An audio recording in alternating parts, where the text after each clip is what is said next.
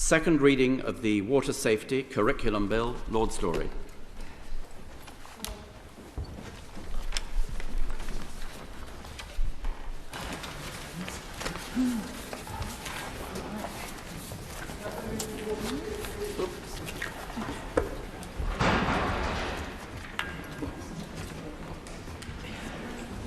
My Lords, I beg to move that this bill be now read a second time. My Lords, I declare my interest as a patron of the Royal Lifesaving Society, and may I start by thanking those organisations who have been so supportive, particularly the Royal Lifesaving Society and Swim England, and those peers who are speaking and those who've contacted me saying how much they support this bill, and particularly a number of MPs, and a number of MPs who've had, sadly, a tragic drowning in their own constituency. Every year, the Royal Lifesaving Society have the Honours Presentation event. It's an occasion where the Society can thank their thousands of volunteers and present awards to individual members for their service to the Society. It's a truly life-affirming occasion where you see the selfless dedication of young and older volunteers from all over the UK. Just before the COVID pandemic, the honours presentation was held at Worcester Cathedral. The cathedral was packed full with volunteers, and there was a real sense of occasion and excitement. I saw this young woman come down the side aisle looking, quite frankly, lost and forlorn. She went into one of the side chapels. It was 10 minutes before the presentations were due to start, so I thought she might be lost, so I went to speak to her. She was praying in the chapel, and as I started to move away, she rose to her feet, and I said, "Are you here for the event?" It was then that she told me about how her son, a very competent swimmer, had drowned. In the 5-year period of 2017 to 2021, there have been 1,272 drownings in the UK. That is on average more than 250 drownings every year. In 2021, there were 277 drownings, of which approximately 40 were under the age of 19 and over 80% were male. Drowning remains one of the largest subgroups of trauma-related fatalities amongst children. Behind every statistic, of course, a life has been lost, but the statistics can perhaps guide us to the actions that need to be taken. The statistics also reveal that in a detailed analysis of 240 accidental fatalities, 49% of those lost their lives were classified as swimmers, demonstrating that being able to swim alone isn't a guarantee of being able to stay safe in all types of water. Naturally, it should be celebrated that in England, swimming has been a statutory requirement of the PE national curriculum since 1994.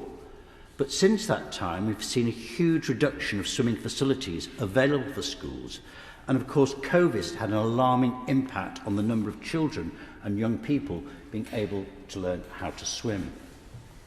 Pre-COVID, 1 in 4 children were not hitting the statutory CAN self-rescue standard. The most recent data shared through the 2022 Active Lives survey shows that only about 34% of children from low-income families can swim the 25 metres unaided. Access for children from low-income families and ethnic diverse communities is not equitable. Children need enhanced education beyond the current curriculum for school swimming and water safety to build their resilience and reduce the risk of drowning. Swimming is incredibly good for your physical and mental health and well-being. It's an activity you can do at any age, from any background, from any ability. Most children learn to swim outside of school, but of course, some primary schools, it will be the only opportunity they have to learn these vital life-saving skills.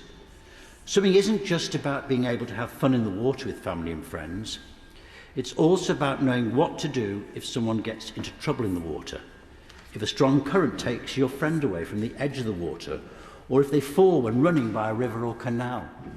Let me give you a recent example of somebody who was a very competent swimmer, and I'm talking about my wife, a former PE teacher. This time last week, she went to the David Lloyd Leisure Centre. Other gyms are also available, and she was swimming down the lane, and in the slow lane, there were two swimmers practicing swimming, and they had their paddles on, and they had the equipment at either end. And as Carol swam down, one man, created a wave, and she at that moment had opened her mouth to breathe. The water went into her mouth, and she couldn't breathe. She tried desperately. She couldn't breathe through her nose. She didn't know what to do. But she had remembered the advice was always to keep calm. And she kept calm. And she slowly, heaving for breath, keeping calm, got out of the water. The lifeguard came along and put her in the recovery position. He actually said, "Oh, miss, your lips are going blue." Put her in the recovery position, and having remained calm, she got up and walked away. When she came home, she said, "I've got something to tell you." And I, of course, was quite shocked. But it shows that water accidents can happen at any time, in any situation. And it's so important that people know exactly what to do. This simple little bill is so important to the lives of people, will help ensure equal access to water safety education for all children. The aims of the bill must be secured as a complement to, rather than a replacement for, in-water school swimming lessons, which are essential to support children to learn the physical swimming and water safety skills, which are so vital should they find themselves in trouble in the water. We have an opportunity to ensure every generation, from whichever type of school they attend, whichever background they come from, are guaranteed to be taught basic water safety skills, the potential dangers to be aware of and to look for. We have to work together to make this happen. My Lords, I beg to move. The question is that this bill be now read a second time. My Lords, I'm grateful to the Noble Lord for bringing forward this important issue for consideration and for doing so in such a sensitive manner. Whilst swimming is important as a form of exercise, unlike other forms of PE, it is literally life-saving. Perhaps I'm not the only Noble Lord who remembers carrying around a soggy pair of pyjamas for the rest of the school day. These had been used to ensure you could tread water in your clothes for long enough for the fire brigade to come and then rescue you. 1980s swimming lessons were about population maintenance rather than technique.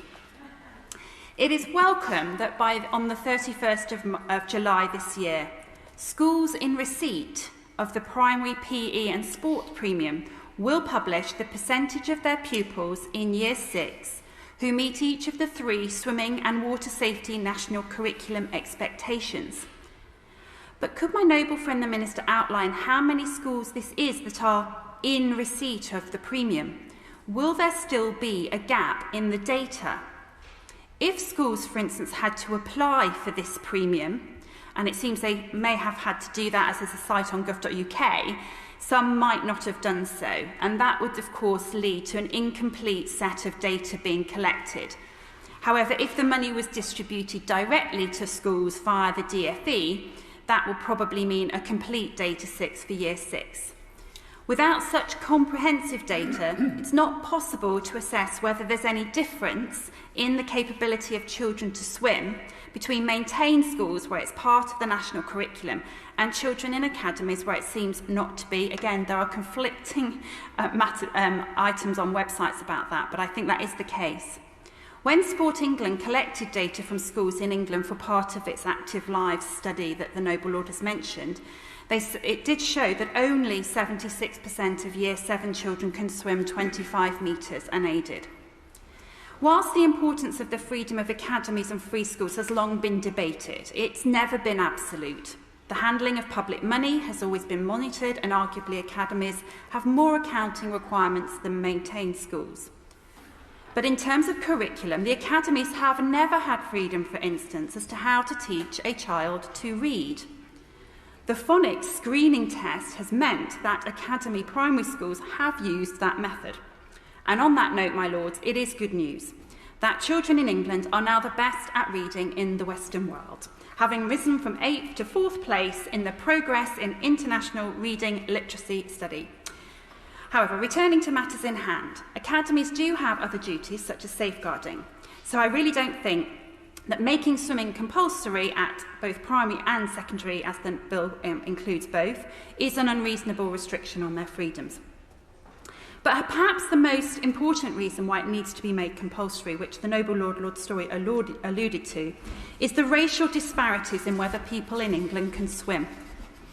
In October 2020, Danielle Obey, the then interim chief executive of the Black Swimming Association, said, and I quote, "The launch of the Black Swimming Association was seen as a beacon of hope to drive more inclusion, participation, diversity and safety for BAME communities in aquatics, set against the startling statistics that 95% of black adults and 80% of black children in England do not swim." 2 years later, in October 2022, Swim England conducted a survey with 4,500 completed questionnaires using online and face-to-face means to collect data.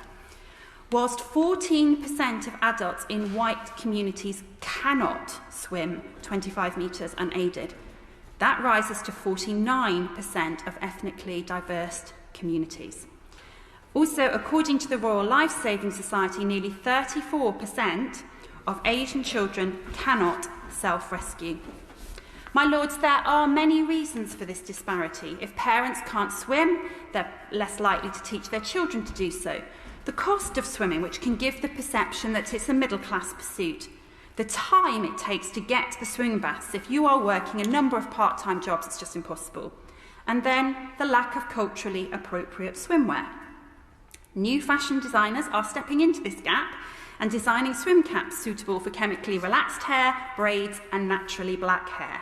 It is wonderful that a swim cap has finally now been approved for use in the highest level of competitions for natural black hair, and inspirational that Alice Dearing became the first black female swimmer to be selected to represent Great Britain at the Tokyo Olympics.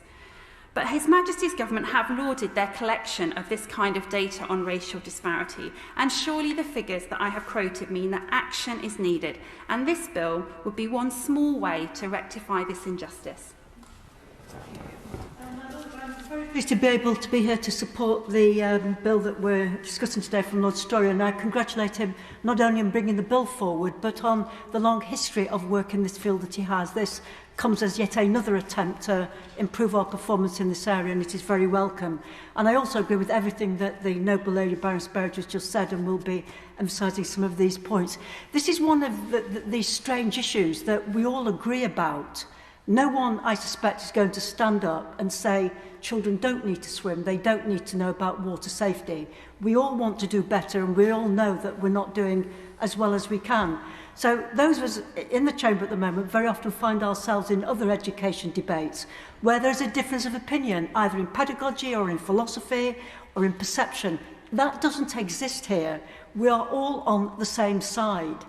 And you'd think, given that we would solve the problem collectively. And it's one of those strange things. We're all on the same side. And I think governments of all persuasions have tried to do things, but there is still a problem. And I do pay tribute to what the government has done. Having looked at the action they've taken in recent years, it has been a good attempt to solve the problem. But it's no good rehearsing that if the figures, as Baroness Berridge has just said, show that one in four of children can't swim when they leave Key Stage 1 primary school, and that figure is worse for children from some ethnic groups. When I looked at the figure, I couldn't see the figure on gender as well as ethnicity, and I suspect within some ethnic groups the gender difference is even greater.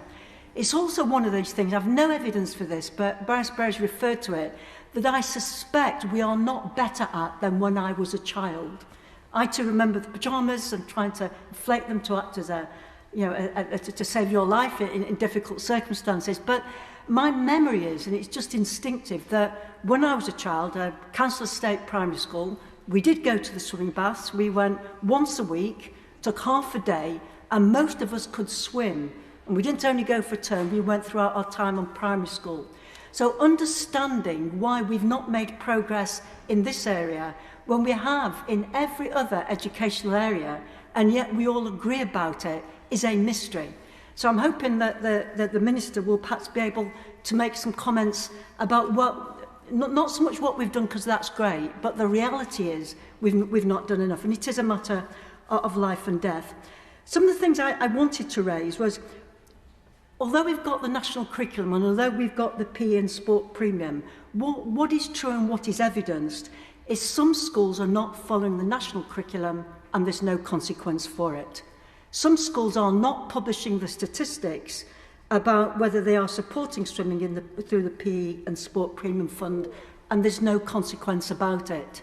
And I always like to look at those subjects or those aspects of our work that we do prioritise and just shift the argument. If that was true of teaching children to learn to read and write, we would do something about it.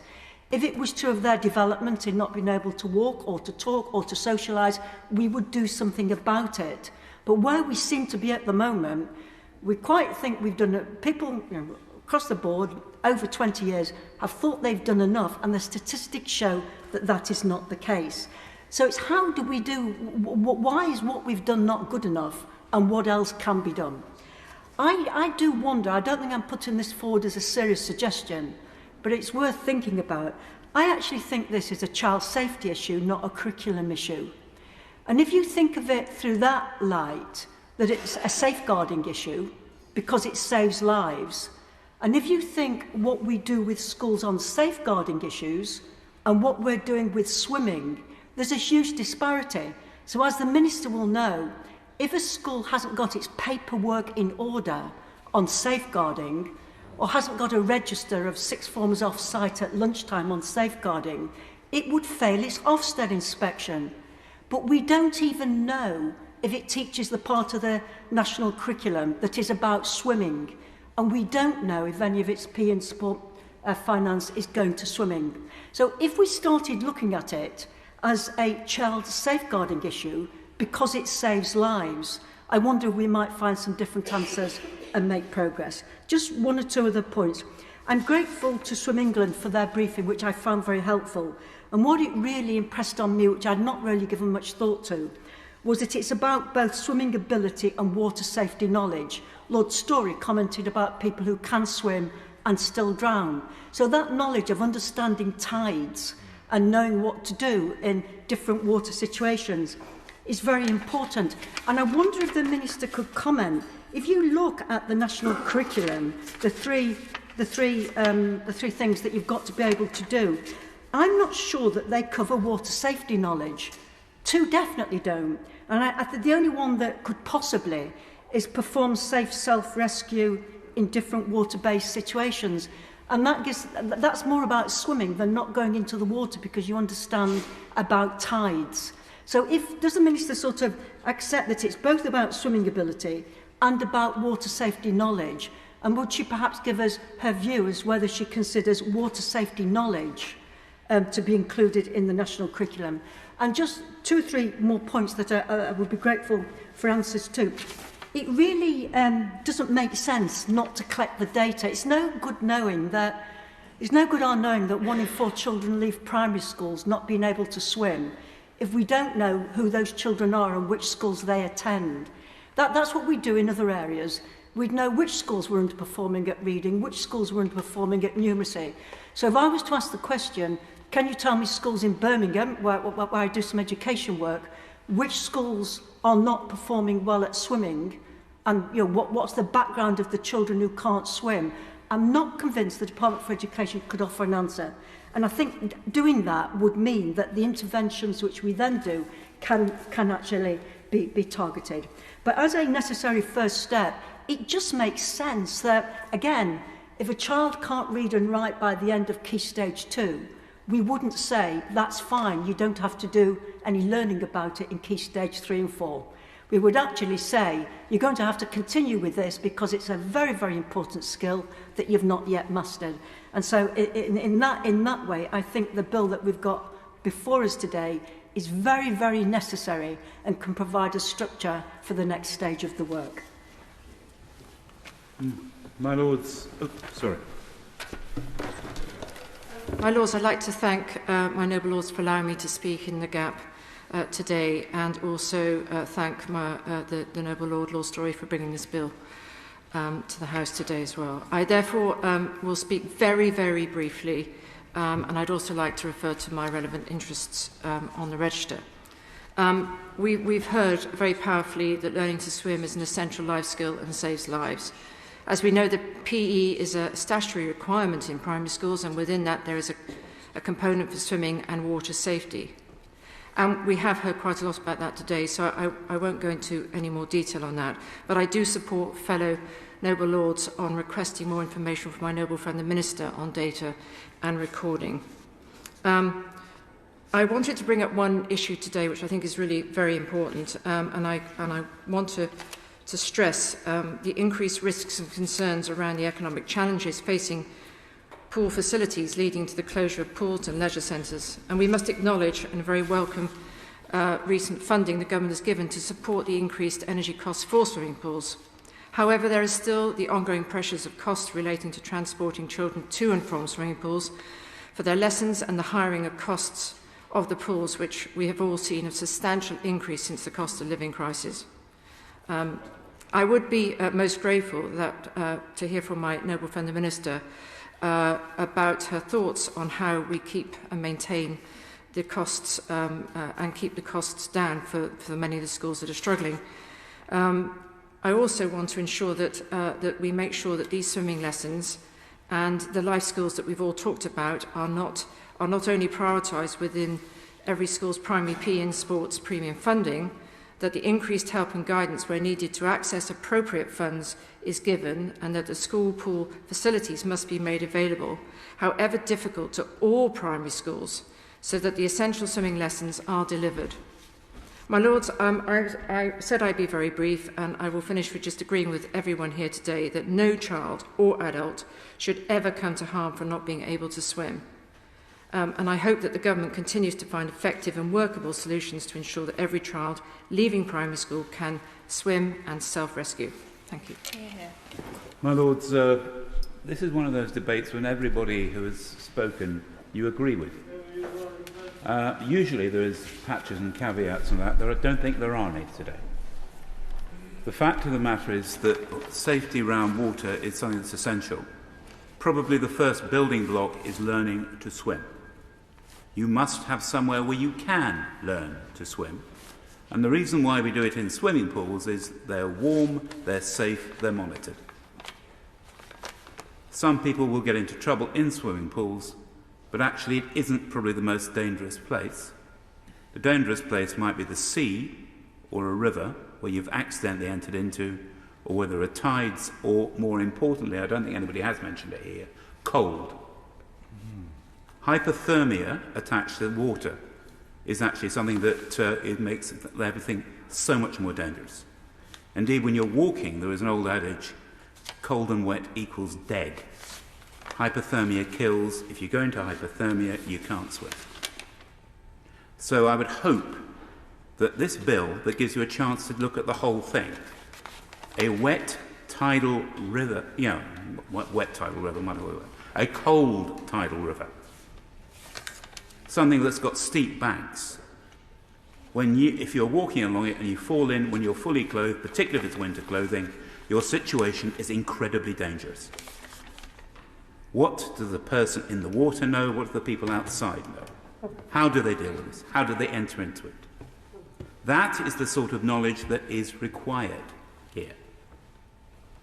And noble barons, yes, I too suffered the pyjamas and swimming down there. It might have given you a rough idea, but it wasn't probably the best procedure. Also, when it comes to sport, my lords, there are so many sports, and this could actually touch on Baroness Berridge's comment about the sort of social divide attached to this, which you can't do if you can't swim. Canoeing, rowing, any form of yachting. We go on. That you're not going to do these unless you've got some knowledge of swimming. but also some knowledge of what to do when these go through. Certainly most sports who are involved in this would actually expect it and do some teaching on it. But it's trying to get that basic knowledge in there. Now, my lords, there's even something called dry drowning, my lords. And I must thank my noble lord goes down there, but if you get water in your lungs down there, it restricts the lungs and you can have bad reactions up to 72 hours later. I thank my researcher Ella Gibb, a qualified lifeguard, for actually pointing this out to me. If we don't know about these things, these risks, somebody's had a splash in the water, they've got lung in, they feel fine, then they have a bad reaction. If you know what's going to happen, you can react properly. It's that package of knowledge around it that we have to take on board. If we don't have that, you're going to miss these, and these incidents are going to happen. You may never stop an idiot teenager dancing around the edge of a river, but at least you can make sure the others will know how to react, where to call for help, to support, how to shout advice. And if they know it's simply a case of try and float, get down, you won't beat the current, don't try to, you'll get exhausted, you'll get cold. If that type of knowledge is there, everybody stands a better chance of either getting themselves out or allowing somebody to get to you in time. I would hope that the Minister will, when she gives a response here, respond positively to these moments. And actually the amount of educational knowledge in the room is quite frightening, but the idea that the school can actually do something in this field, or not do something and not be pulled up in it, in this current day and age is fairly shocking. It really shouldn't be happening.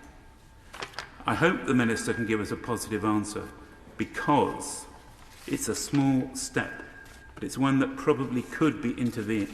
You could actually add to the education system quite easily. I know everybody says that about 100 things, but I think this one is actually one that carries its weight. How can when the Minister replies, how can these, if we're not going to do it in this bill, which I think would be a good vehicle, how are we going to do it otherwise? How are we going to stop these gaps in knowledge and report it? It's probably essential to this. I thank my noble friend for bringing this forward and for the formidable support he's received here on this, and I am very proud to associate myself with this cause, and I think this bill might be the easiest way forward in this occasion, and we need to do something. My Lords, I'd like to declare an interest as London's Deputy Mayor for Fire, as the issue of water safety, of prevention and of water rescue is one that is a part of the work of all fire and rescue services, including the London Fire Brigade. I would particularly like to commend the noble Lord, Lord Storey, for his efforts and campaigning on water safety and of the work of the Royal Life-Saving Society. The noble Lord raises vital points about the potential tragic consequences of children and young people not having the knowledge and skills that will keep them safe in and around water.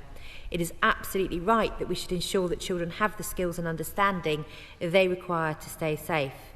He also highlighted in his speech that behind the shocking statistics on death by drowning lie tragic individual stories of loss that could be avoided. With over 400 people drowning accidentally in the UK and Ireland every year and many more suffering life-changing injuries, there's clearly an argument for looking at what more can be done to promote safety. As my noble friend Baroness Morris said, everyone agrees we need more water safety. We do need everyone to keep safe in and around water. This is also, my Lords, a timely debate. As we come towards the summer with the weather hopefully at some point improving, more young people will be tempted to take risks with outdoor swimming. One of the key risks people need to be aware of is cold water shock, which can happen when people jump into cold water on hot days and the danger it poses. Tragically, it sometimes takes publicity about a death to trigger awareness of these risks in the media. Last summer, we saw some tragic incidents, and many local areas did make extensive efforts to raise awareness during the extreme heat incident, including fire and rescue services, councils and voluntary sector organisations working in this area.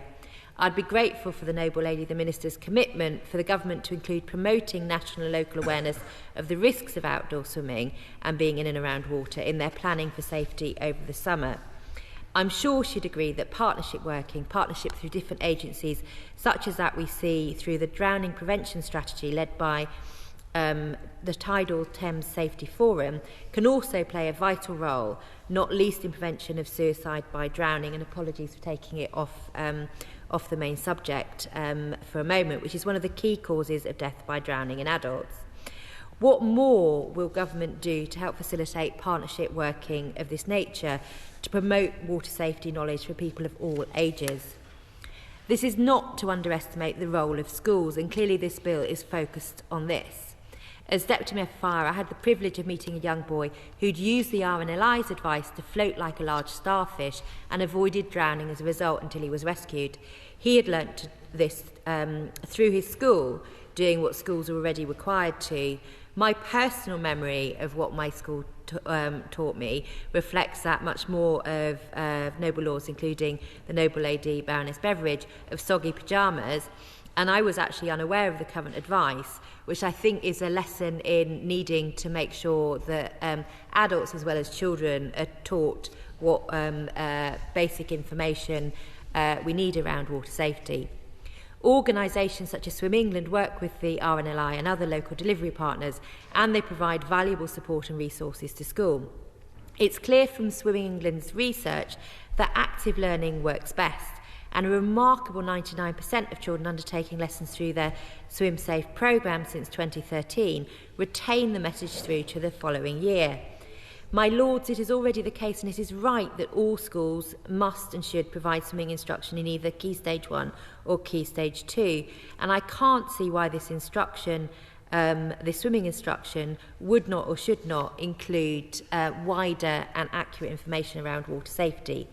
The government has said that it wants to improve the number of children leaving primary school having achieved the goals of the current curriculum, to perform safe self-rescue, to swim at least 25 metres, and to be able to do a number of types of strokes. This is also right, and I think my noble friend Baroness Morris was right, that actually successive governments have attempted to improve outcomes in this area.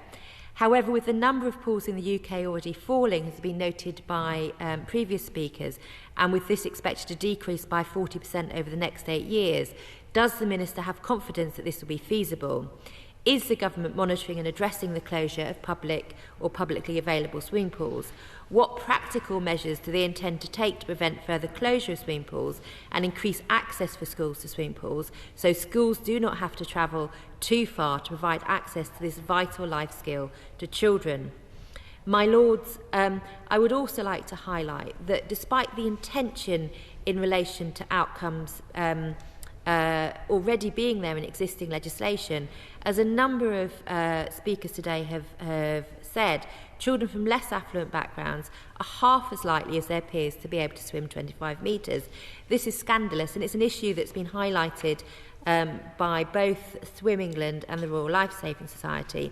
This divide also, as has been noted, exists in relation to ethnicity as well. And while 80% of white British children aged 7 to 8 can swim the 25-metre length, that figure falls to around 50% for black children and less than 60% for ethnically Asian children. And there are similar inequalities for self-rescue. How is the government addressing the specific barriers lower affluence and ethnic minority children face in staying safe in water?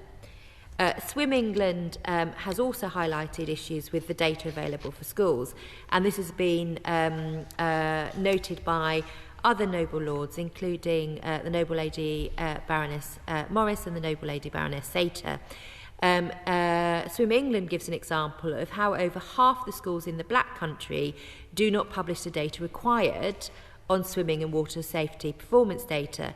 Put simply, I can't see how the Department for Education can adequately monitor and enforce the requirements to publish the information. It's simply not being adequately monitored or enforced currently. This means that the department frankly cannot know if schools are meeting their existing requirements in relation to swimming and water safety. Can the Noble Lady, the Minister, commit to doing everything in her power and in the government's power to ensuring this data gap is addressed? And would the Minister accept Baroness Morris's point that this should be addressed as a safeguarding issue with the accompanying pass-fail measure that would include? I accept the point made by the Noble Lord Storey that being able to swim alone is not always sufficient knowledge to ensure water safety. And while I'm really sympathetic to the aims of the private members' bills intended to add things to the national curriculum always pose a question of what you would take out to make room for the new subject matter. So I'd be interested in his thoughts as to whether the existing legislation and the existing requirement under the national curriculum would meet it if it were enforced effectively by the department. And I think that it would. I would also welcome the clarity requested by my noble friend Baroness Morris on whether she thinks the existing curriculum already could or would include it if it was carried out effectively. I think, though, that it's quite clear from this debate and for comments that this House is of one view that water safety is of absolute priority, and I look forward to the Minister's responses to the questions raised by the bill in this debate, and I will follow the progress of this bill led by Noble Lord Storey with interest. My Lords, I'm not sure whether it's a declaration of interest, but I am an open water swimmer who swims every morning in the Serpentine. So I'm familiar with many of the concepts, including swimming in very, very cold water. The noble ladies opposite are doubtful, but I recommend it to the House. My Lords, I offer my congratulations to the noble Lord Storey on securing a second reading for this bill and for the very sensitive way in which he introduced it. And I agree with the noble lady opposite that this is a very important issue, and I know that my right honourable friend, the Minister for School Standards, will be meeting the all-party parliamentary group for water safety to discuss this further. And while I have to express reservations about the contents of the bill, the government supports the teaching of both swimming and water safety, as the noble Lord Storey rightly highlighted, to all children during their time at school. And recent terrible deaths of young children who drowned emphasise the importance of teaching children about water safety from a young age. And the national curriculum for physical education states that by the time they leave primary school, children should be able to perform safe self-rescue in a variety of different water-based environments, swim a minimum of 25 metres unaided, and perform a range of strokes. And a key theme of many of your lordships' speeches were about your concerns about gaps in delivery and gaps in the data to give us all confidence that our schools are delivering on the national curriculum in this area. A 2022 departmental survey reported that 80% of primary schools surveyed were providing pupils with swimming and or water safety lessons, with no variation seen amongst different types of primary schools. So my noble friend Baroness Berridge and the noble Baroness Lady Morris both questioned whether academies might be delivering at a different level from local authority maintained schools, but there is no evidence to support that suggestion. And I would stress that 43% of those schools, so the most common reason among those primary schools who are not currently delivering swimming or water safety lessons, was that they were scheduled for later in the academic year. So I absolutely acknowledge and welcome the probing from your lordships, but we don't see this as a serious issue. The Noble Lord, Lord Addington and other Noble Lords asked for more clarity about how we would be improving the quality of data in this area, and I'm always sympathetic to improving our data. We're introducing a new digital tool, as my noble friend Baroness Berridge referred to support schools with their reporting requirements, and we're going to publish further information on that tool when the refreshed guidance on the PE and sport premium will be published this summer. In relation to the Noble Baroness Lady Morris's suggestion about whether this should be regarded as a safeguarding issue, with the Noble Lady's permission, I think we need to go away and reflect on that. That feels like it might have quite big implications for other things that have safeguarding aspects which are not conventionally seen as safeguarding issues. The Noble Lord Story and the Noble Baroness Morris asked what resources were made available in relation to water safety, and with support from the department, the National Water Safety Forum launched new water safety resources for pupils in key stages 1 to 3, which teach children how to be safe in and around water, including frozen water. And these were launched in June 2022 during Drowning Protection Week. And the Noble Baroness Lady Twycross asked if the government would support continued work in this area, and I can reassure her that we're in discussion with the National Water Safety Forum as part of their Respect Water campaign, and we'll be working with them in Drowning Prevention Week again this year. The Noble Lord Story and other Noble Lords highlighted the fact that pupils from lower socioeconomic groups were less likely to be able to swim. And this is something that the government shares the Noble Lord's concern about, and that's why we're working with Swim England and the Royal Life Saving Society in the UK to support more children to learn to swim and to know how to be safe in and around water, also through the DFE-funded holiday activity and food programme this summer.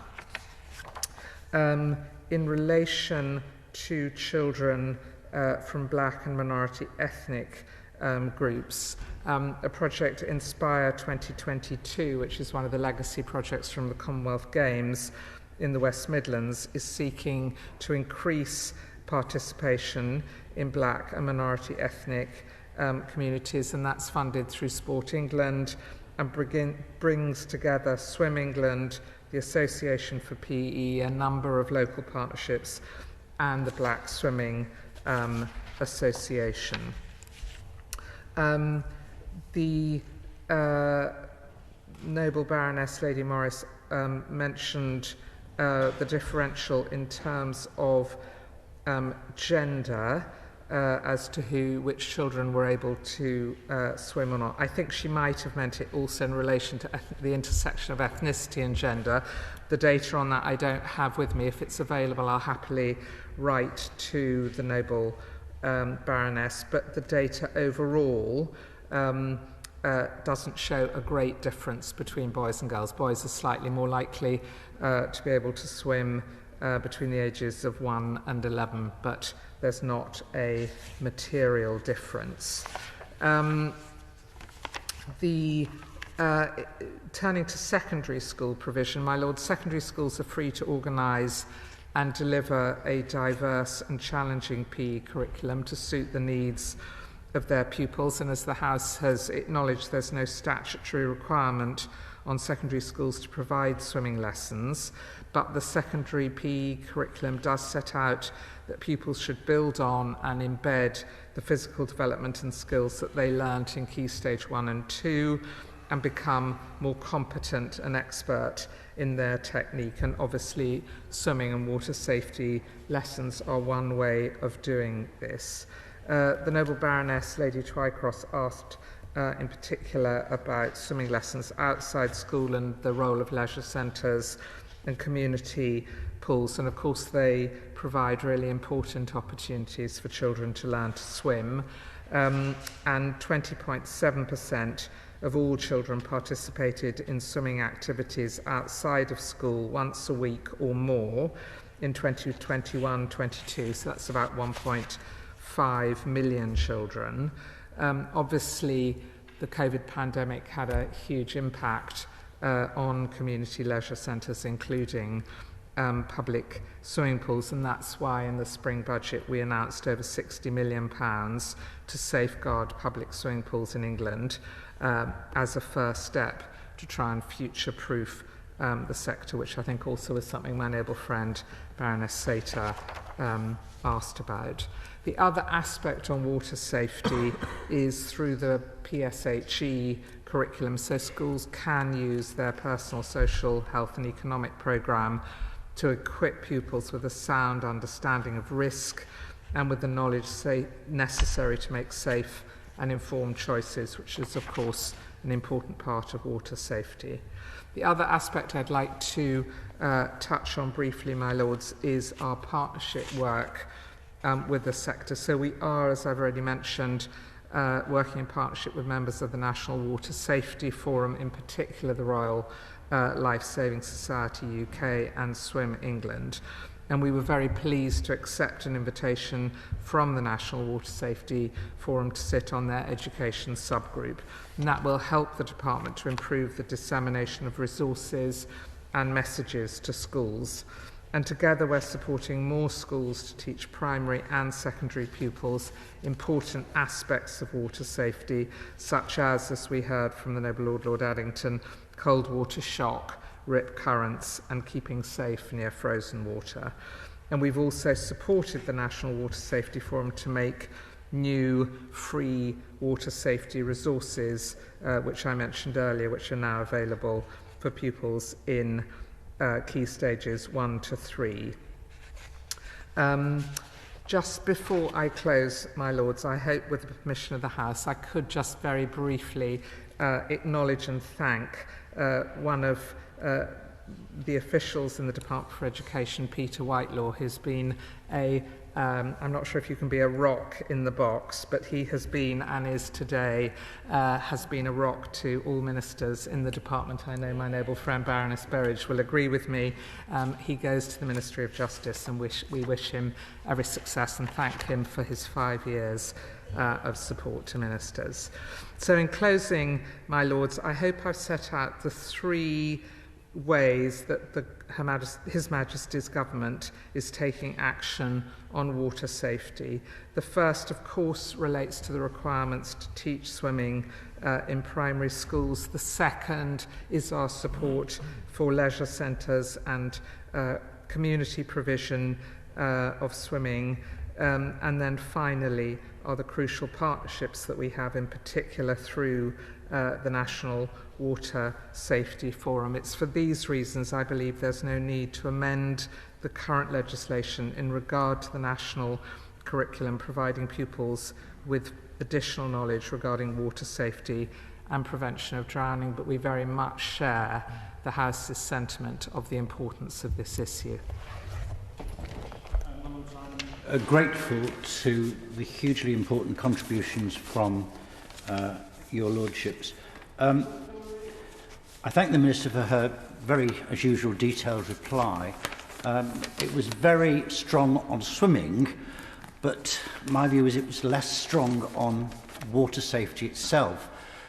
She said that schools can use PSHE, but it's a can, and it's not happening. And what the bill is trying to do is to say every child, irrespective of the school that they go to, does have lessons on water safety itself. Baroness Berridge rightly pointed to the issues facing black and Asian swimmers, the poor levels of the ability to swim. Yes, I remember the pyjamas and paddling in the water, but I also remember the hot mug of Bovril after taking part in doing that. Baroness Morris raised two really quite important issues. One was the low figures of ethnicity. She said, and I think you're going to look at whether that's the case or not, whether she suspected, and I suspect that actually with women it will be an even lower number. But it had never occurred to me the issue of safeguarding, which is so important to all of us, is something that we should bring to swimming and water safety as well. Because of the record. Thank you very much for that, and it's good he's looking at it. But I was clumsy in implying that I would want them to fail their Ofsted inspection if a child couldn't swim. And I wouldn't want anyone to read that and think that that is what I'd said, and my apologies if that was the impression I gave. We thought that for one moment. Baroness Sater rightly raised the issue of costs, which have soared and created difficulties in schools finding affordable swimming venues. As usual, Lord Addington brought new dimensions. I mean, I hadn't thought of the issue of hypothermia, but of course, if you were teaching water safety, hypothermia and cold water shock that Baroness Twycross raised is hugely important. I think local awareness again is something that we should consider. Actually, when you look at the figures, one of the things that stands out is that university students away from home, excited, particularly in the summer, and it's quite alarming the number of young men, particularly at university, who get into water difficulties, and sadly some of them drown. So maybe the universities need to give some advice. Yes, the Minister mentioned that the all-parliamentary group are meeting the Minister next week, and that will be an opportunity just to understand some of the issues. Look, I perhaps need to say this. This bill is going to run out of time. It's not going to go through the process, sadly. But I reflect on the point again that Baroness Morris and Lord Addington made. Look, we're all agreed on this. So why can't we just make this happen for all the reasons we've said? All right, there might be some little differences between us, but this is hugely important. It's not my bill in that sense, it's our bill, and we should do everything we can to achieve this. I beg to move. The question is that this bill be now read a second time. As many as are of that opinion will say content. Come to not content. The contents have it. Lords, I beg to move that this bill be committed to a committee of the whole House. The question is that this bill be committed to a committee of the whole House. As many as are of that opinion will say content. Come to not content. The contents have it. My Lords, I beg to move that this House do now adjourn. That the House do now adjourn.